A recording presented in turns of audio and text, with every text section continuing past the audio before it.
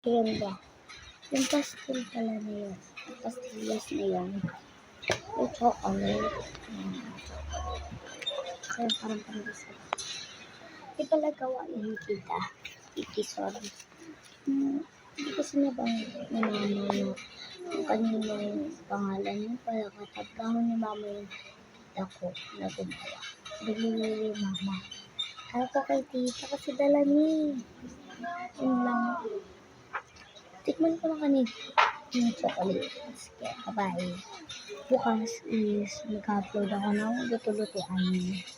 Wala akong laruan ng luto-lutuan.